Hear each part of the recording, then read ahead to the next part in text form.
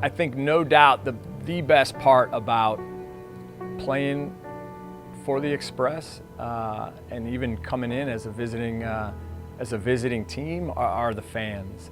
And when you think about the fans, and I was very fortunate to spend 3 years and then live there for 10 years. So, I really got to know, a lot of the regulars around the ballpark. When you're a player and you have a home team, everybody in the league that we talk to, because it is a close-knit family, they all envy the fans here. I just have a very positive feeling and positive memory about the fans collectively here at this stadium. Well, I think that we have a base of season ticket holders that have been season ticket holders since first day, and they're very loyal and they enjoy the experience, and we're very appreciative of them, and they certainly are the backbone of the organization and what we stand for. There's just been so many neat people that I've gotten to know through the Dell Diamond, whether it's Baseball Jan or Frank or just Cindy De La Cruz, just so many people that have been very loyal fans over the years. And you develop a relationship with these folks, and you're in the ballpark together, and you have this common bond of being an Express fan. Oh, fans are always incredible. Whether it be 100 degrees, they would always show up. Some of those nights got pretty hot. Ballpark Frank, he was the man. He'd always come in the dugout a little bit before and into the cage, say hi. Always enjoyed talking to him. Baseball Jan, always a diehard. Can't go a game without seeing her in the stands. So unbelievable fans, always have been, and can't thank them enough. Baseball Jan there, obviously she's always sitting over there on the first base side by the on deck circle, and always enthusiastic, always cheering, always there for us, and didn't matter win, lose, what it was. She showed up with great spirit. I've been a season ticket holder since the beginning. I was actually number 49 in getting my deposits in, so I was early bird. We have Jim Mills, there's Steve Sheets, go back a lot of years, and of course there's Big Boy Hester. No one is more dedicated or that a bigger part of the club than Big Boy.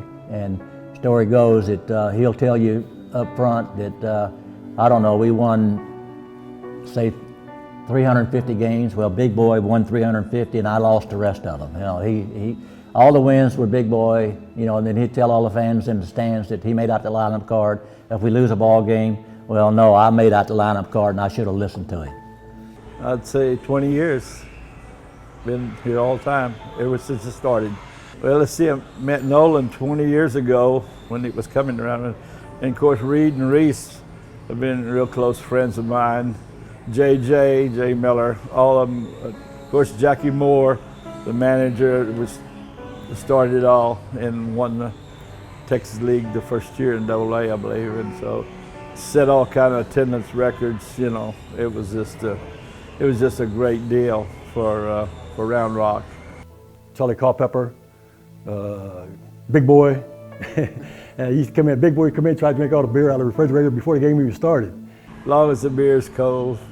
And then Frank Martin, old Frank, he'd come by the park and he'd be at the park by 1, 2 o'clock in the afternoon, and he'd just sit out at the picnic table outside the clubhouse and smoke. And then I'd go out there and smoke my little cigar with him. We sat there and talk baseball half the time. That was pretty cool. And then we keep in touch with Baseball Jan. In 2011, we won with Bobby Jones as our manager. Great guy. I love the long-term season ticket holders, and what they end up becoming are part of the ballpark experience. So somebody like Baseball Jan, who has her camera and is there all the time. Photography's always been a hobby of mine, and so I started taking pictures out here. I actually have a photo album from every season of pictures of fans and ball players and celebrations and championships. Well, guys that stand out are probably Big Boy and Nile Maxwell and Tom Gammons. They're always there having a good time. Probably one story that I remember really well was Nile Maxwell suited up during the game and was in the dugout with us for, 3 or 4 innings, and then he had enough and went back to the locker room, but he walked right up through the bleachers in his uniform And I remember I fined him. I think I fined him $50, and he still hasn't paid it. So we're still looking for that 50 now. It was the first game after we had gotten season tickets. You know, we got the little the promo pack and newspaper they put out, right? And we're thumbing through it, and there's a write-up of this guy that's been a long-time season ticket member, and turn around, his name's on the chair behind us, right? And so it was Diamond Jim. We're sitting right in front of him as new season ticket members, right? And we got a guy that's been around since the beginning sitting right behind us, and you know, over the last 3 years, to hear some of the stories that he tells of, you know, years ago, and just kind of introducing us to some of the other folks around there and some of the things that go on here. And you know, like when they do the home runs and they pass the hat around for the players to pay for the home runs, right? I had no idea about that, and you know, he helped educate us on that. But that first game, the first game that we talked about earlier, when you saw the home run hat being passed around, you knew something special was going on here. You know, the home run hat is an old Texas League tradition. And I knew it from going to Texas League games in San Antonio. And our first season, I mean, we hit some home runs. And, you know, first game, and I didn't see anybody collecting for the home run hat. So I was kind of watching and went and talked to some people in the booster club, and we kind of got it going. But the original way that I saw it in the Texas League is the ball player that hit the home run would come and he'd put his helmet on top of the dugout. And people would go down to the dugout and put money in his helmet. And then the Texas League expanded and stuff, but we started a little home run hat brigade in the booster club. And we all had sections, and we collect in our section, then we go around, we meet the person who gets the helmet from the guy, and we bag up the money and put it in the helmet and toss it back to the ball player. That first season, Morgan Ensberg, he hit so many home runs that he saved that money, and he paid for his honeymoon with his home run dollars. I had a friend who worked over at the HEB, and she said you could always tell who the ball players were because they came in and paid for their groceries in $1 bills. It's really rewarding for me to see fans that now are bringing their kids to the game that I used to see come out when they were in junior high or in high school with their parents, and now they're young families and they're bringing their own kids. And so to have a team in a market for 20 years and to start seeing this next generation raising families at the ballpark is really rewarding. Parents bringing their kids here, the kids grow up, their kids coming here, and so the evolution has done one thing. It's kept the fan base really knowledgeable, but it's also beginning to give them a real sense of history like you see at Wrigley Field, like you see at Boston. This is sort of turning into the minor league version of that because of the fan base. We had done the Kids Club pack for a few years before I guess we signed up as season members, and had such a good experience with that we decided to go ahead and spring for a couple season ticket seats, and I've loved it ever since. The great thing about Round Rock is that we have some really knowledgeable baseball fans, and I'm always impressed walking through the ballpark with the fan base as a general, their knowledge of the game and of the player development system. It's their knowledge of the game, number one.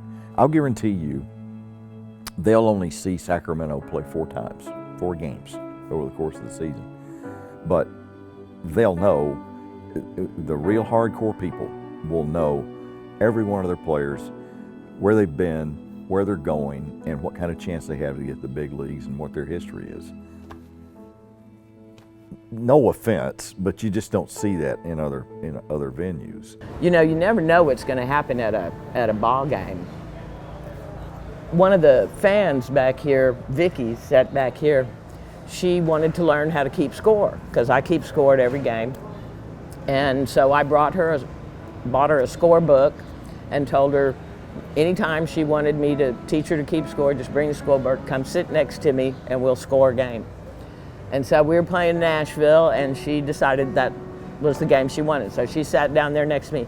Turned out it was Manny Parra's perfect game. She got her first time she ever kept score was on a perfect game. Well, you know, it started each and every year with our fan appreciation season ticket holders dinner that we had every season, and to see the crowd that was in that social hall, that event room, the smile on their faces when the team came back into town, and me to get up there and talk about our team, the love that they have. It shows each and every night with these fans. That's why they're up there in attendance, because these fans appreciate baseball. They appreciate the environment that we create, and it's wonderful. Just like I said, they're true baseball fans. They're true baseball fans, and they appreciate good baseball. They appreciate good baseball. They appreciate the hustle. They appreciate guys just going out there and playing hard and trying their best. You know, and they'll applaud that, like I said, on both sides, whether it's the home team or the away team. They're true baseball fans, and they want to come out and support that every night, and they'll let you know when they appreciate it, and it's really cool. People here know baseball, and if an opposing player makes a good play, you know, you'll hear a lot of applause, and they appreciate that. And just to see that, to be around people that understand the game and the intricacies of the game is really neat, and I think we haven't lost that in 20 years. In fact, it's gotten even better. When I first played here, got a host family from the Booster Club. So it was my first time playing here in 2008, and the Booster Club hooked me up with a family, and they've been lifelong friends of us now. But took us in, let us use their car, and they've been season ticket holders, you know, forever. Mike and Kathy Schnautz is their name. I lived with Ronnie, the UPS guy, as many people would know who I'm talking about, and our schedule was such that we played 7 p.m. games and get home at about 11 o'clock at night. He was already in bed, and then we don't wake up until 10 or 11 a.m. and he's already off to work. So it was as if I had a nice house a block away from the ballpark for free, pool table, fully stocked fridge, and I mean, what more could you ask for? So many great memories. I lived with 2 different host families at that time. Judy and Kirby Overstreet, lived with them for a couple of years.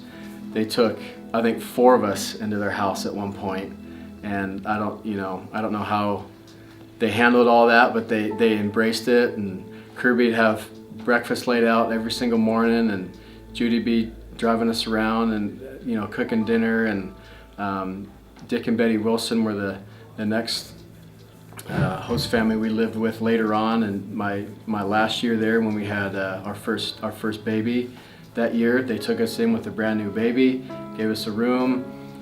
So it's just those things from those host families and those Booster Club set up luncheons for us, took us to lunch. Just the impact that they had on all of us. I don't know if, I've told them plenty of times, but I don't know if, that whole fan base really understands how much that they did for us as players. That's what's so special about Round Rock for me personally, is how really, those fans were just, an extended family for us. Dude, you have to ask them, right? What makes them come out? I mean, we don't always, we're not going to win every game, and that's just a part of it, but they're there to cheer you on. And whether you're new to the team or you've been here for 5 years, they're going to treat you the same. They get to know you a little bit, come out even for batting practice at times. So I think, number one, the facility is a good draw. It's a great place to play from a surface and a fan atmosphere. And then this is just a sports town. It's a great stadium, number one. It's a beautiful ballpark. They make it a great family atmosphere. It's just a fun place to come. The area, the fans are knowledgeable. They enjoy coming to baseball games, and they come out. They come out and support the local team, and it's just a blast to play there.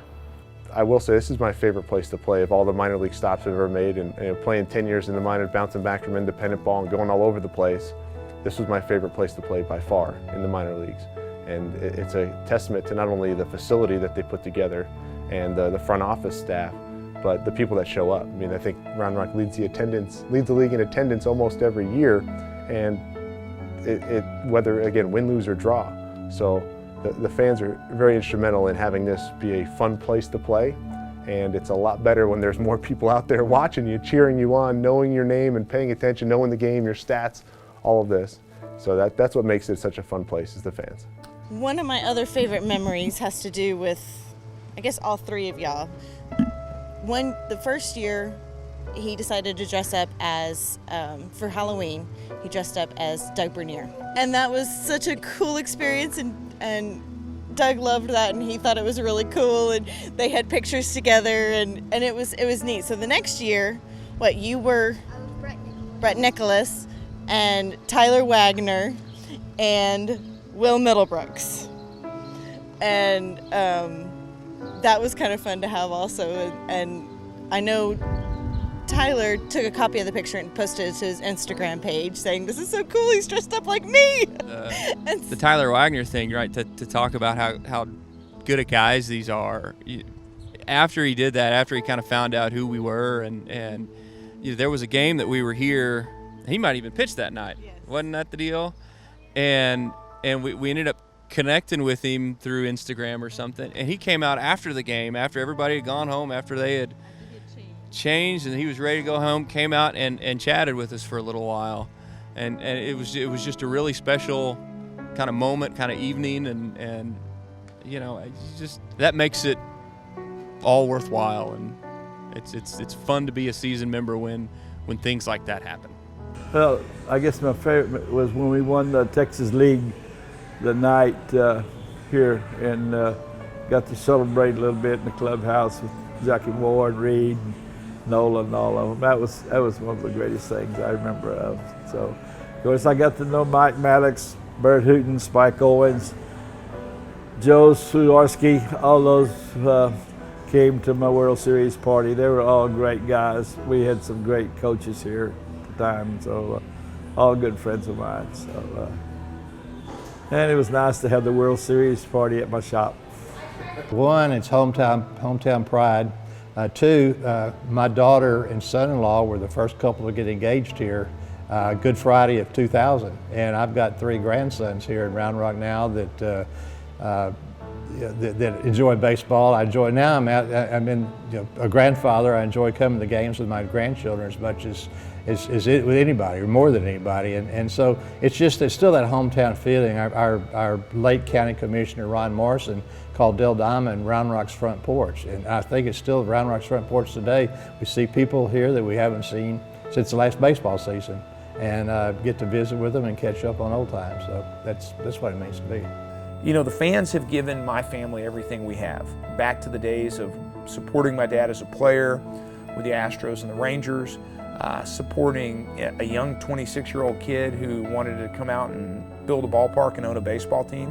And if it wasn't for the fans of Round Rock, I would not be where I am today as the president of the Houston Astros. And I know my dad would not have been able to go to Arlington and take a team to back-to-back World Series. And so the fact that our family has been a part of all 4 World Series here in Texas, 05 with the Astros, 10 and 11 with the Rangers, and then 17 with the Astros, and to be a part of a club that has won a World Series, I will always hold Round Rock and their fans in a special place in my heart.